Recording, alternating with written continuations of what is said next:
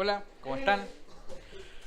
Mi nombre es Vladimir y hoy día les voy a hablar sobre un integrante del ecosistema de Vue.js que se llama Vux. ¿Qué es Vux? Y les puedo decir que Vux es un patrón de manejo de estados y a la vez es una biblioteca que se usa para aplicaciones de Vue.js.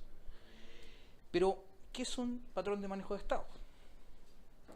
Es más o menos algo así, donde tenemos que el estado es la fuente de datos, nuestra fuente de la verdad, donde nuestra aplicación se va a alimentar de estos datos y los va a presentar. Las acciones son las formas posibles en que los datos van a ser manipulados y modificados por alguna acción que se realice en la vista. Es decir, en la interacción de la vista, las acciones y el estado. Esto se ve, por ejemplo, en una pequeña aplicación de Vue ultra mínima, autocontenida, donde podemos ver un ¿cómo se llama? Un módulo, un componente donde tenemos el estado, que vendría a ser la declaración de la data, tenemos la vista, que es el template, y los métodos, que son las acciones que van a hacer cambio en esta data. Esto muy fácil, simple, pero ¿qué pasa cuando empezamos a poner más componentes en un árbol de componentes y ellos necesitan compartir estados? Podemos tratar de pasar los estados hacia abajo con props o tratar de subirlo arriba de nuevo al padre, pero eso al final se puede volver muy complejo y nos puede llevar directo al fracaso. Entonces, ¿qué hace Vux? Vux se encarga de mantener las acciones, las mutaciones y los estados dentro de una gran clase singleton, un objeto singleton que va a estar por sobre la aplicación de Vue y sobre los componentes. Entonces podemos interactuar con APIs, con los componentes, e incluso nos permite tener DevTools para poder ir haciendo debug de las modificaciones que se hacen. Los conceptos base de Vux, son los estados. Que los estados son la raíz de los datos, donde está el dato inmutable que va a quedar ahí compartiéndose con todos los componentes. Tenemos los getters, que son funciones que van a traer la información de los estados. E incluso podemos aprovechar de ponerle filtros y cosas así. Tenemos las mutaciones, que van a ser finalmente la única forma que yo tengo para modificar un estado. Y tenemos las acciones. Las acciones nos van a permitir realizar, por ejemplo, acciones asíncronas, meter cosas asíncronas y con esa modificarla, llamar a una mutación, que la mutación va a cambiar un estado. Y tenemos módulos, porque a veces porque esto se trata el estado es un puro árbol de estados para toda la aplicación. Entonces, cuando ya tenemos muchos componentes, esto se puede volver una lista muy larga de estados y solo podemos subdividir en módulos. ¿Cuáles son las reglas de Vux? Son reglas muy sencillas. Nunca puedes mutar directamente el estado. Los estados solamente se cambian a través de mutaciones, y las mutaciones siempre deben ser síncronas, porque si no, nunca sabríamos, no podríamos predecir el estado en que está en ese momento, y eso es fundamental. Y lo otro que es que las acciones pueden contener código asíncrono, y las acciones siempre van a llamar a mutaciones. Esto es la estructura más o menos no tiene una estructura rígida de cómo implementarlo, pero esto es más o menos una sugerencia. Tenemos en la aplicación, ¿cierto?, principal, podemos tener una API o lo que sea, tenemos como los componentes, y dentro del store tenemos subdivididos en acciones, mutaciones y los módulos, que es para mantener más o menos un orden en el código.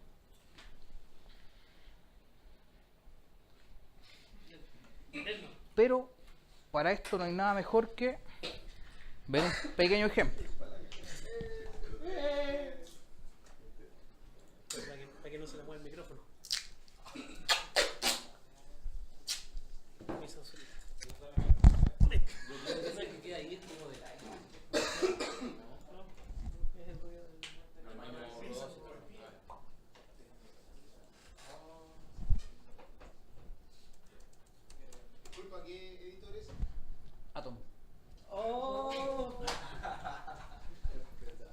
obviamente no va a ser un editor de código cerrado como Sublime. Ya, tenemos acá una aplicacioncita mini que está hecha en Vue, donde estamos usando Vuex. Les voy a mostrar cómo se ve primero, para que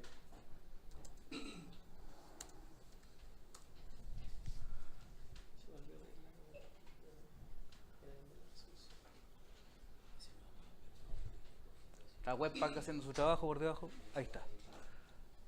Nosotros aquí vamos a tener una linda tarea, y podemos tener otra más. Ah, qué lindo quedó. O mejor dicho, voy a cambiar la resolución a 1280 por 720. No puedo hacer ninguna de las dos, así que... Ahora da el botón de Windows.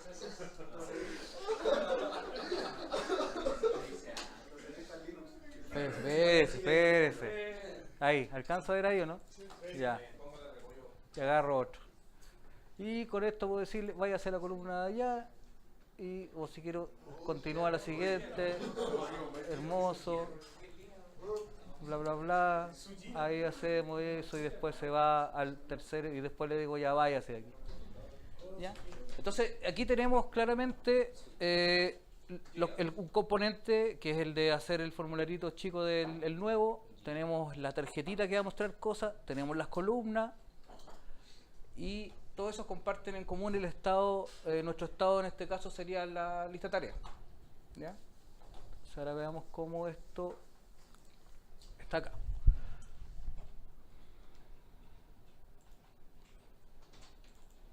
Tenemos nuestra aplicacioncita donde montamos en el elemento app montamos la aplicación y decimos que vamos a usar el componente app, donde aquí estamos llamando a el componente nueva tarea y el componente de columnas. En este caso seteamos la data en duro fijo porque no vamos a modificar las columnas. Así que no nos interesa compartir el estado. No es necesario compartir todo el estado, solamente los que vamos a compartir, o sea, los que vamos a utilizar en nuestros componentes. Y vamos a los componentes de las columnas. La columnita tiene tarjetitas, ¿cierto? Y las tarjetitas, para traer esas tarjetitas nos vamos a traer un getter que se llama traer todas las tareas. Eso está acá en los getters y está traer todas las tareas, que lo único que hace es traerse del estado del submódulo actividades todas las tareas. Si miramos el módulo de actividades, vemos que nosotros aquí vemos el estado inicial, que es un arreglo vacío, y creamos unas mutaciones. Por convención se usa hacer un listado de los tipos de mutaciones que vamos a hacer. Y aquí tenemos el estado, ¿cierto? Le pasamos la descripción, que es lo que estamos creando nosotros cuando hacemos un nuevo estado. Tenemos que se le asigna y llamamos, modificamos directamente lo que es el estado. Pero estas modificaciones se llaman, por ejemplo, en el módulo de nueva tarea. Tenemos aquí, mapeamos las acciones y decimos, vamos a usar el new task. Y new task, como tarea, como acción, lo que hace es llamar a new task, a la mutación misma. Y esta mutación hacemos el llenado del objeto y se lo agregamos a la lista de tareas que tenemos acá. Entonces, con esto nos permite tener el control siempre de qué estamos modificando y dónde lo estamos modificando. O sea, podemos tener la traza de los cambios que se están haciendo en los estados. Y esto se puede aprovechar para usar, por ejemplo,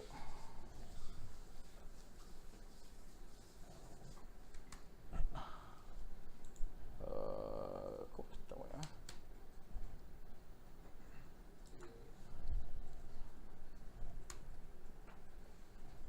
traba. ¿Qué le falló? Se me olvidó que tengo dos pantallas. Bueno.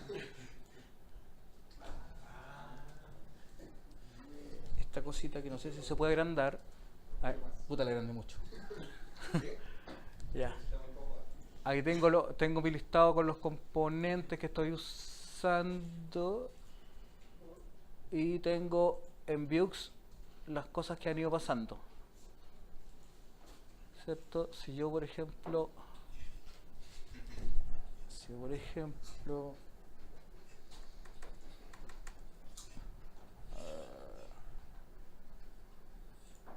vuelvo a crear una tarea, esto, ahí está la acción que se hizo y aquí están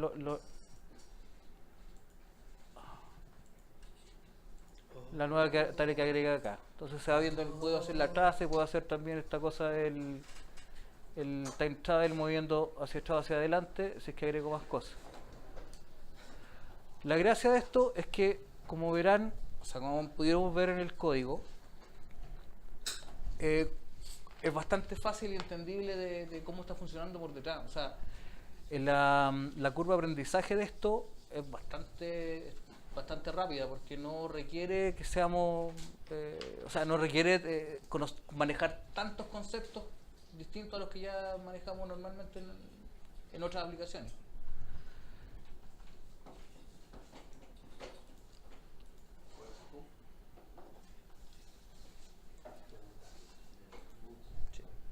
Y eso es Vuex.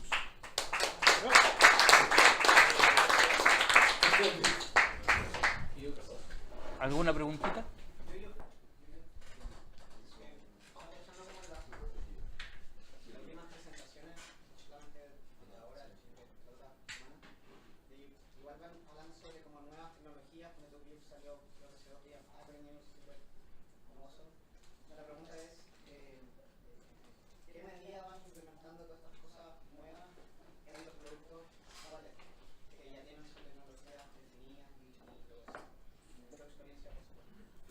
Yo por lo menos he usado Vue.js con Vuex y otras cosas del ecosistema como las rutas y los requests, o sea, perdón, las llamadas a las API, pero solamente en proyectos nuevos. No lo hemos ocupado por lo menos acá en ningún proyecto que exista ni lo hemos implementado. Pero sí en proyectos nuevos lo he podido hacer y he tenido una experiencia bastante buena porque me ha permitido tener ya cosas funcionando con o sea, interfaces relativamente complejas de forma rápida. Incluso le he podido pasar código a otras personas que no cachan mucho y lo entienden fácilmente. Especialmente porque como los componentes tienen su sección que es casi HTML puro, que por dentro igual está haciendo el render normal del DOM virtual, pero visualmente se ve así. Entonces es muy fácil para una persona que no conoce mucho JavaScript poder meter cosas, crear componentes nuevos y modificar cosas. Eso. Sí, React sí se está ocupando actualmente y estamos haciendo hartas cosas con eso, todo el rediseño del producto principal.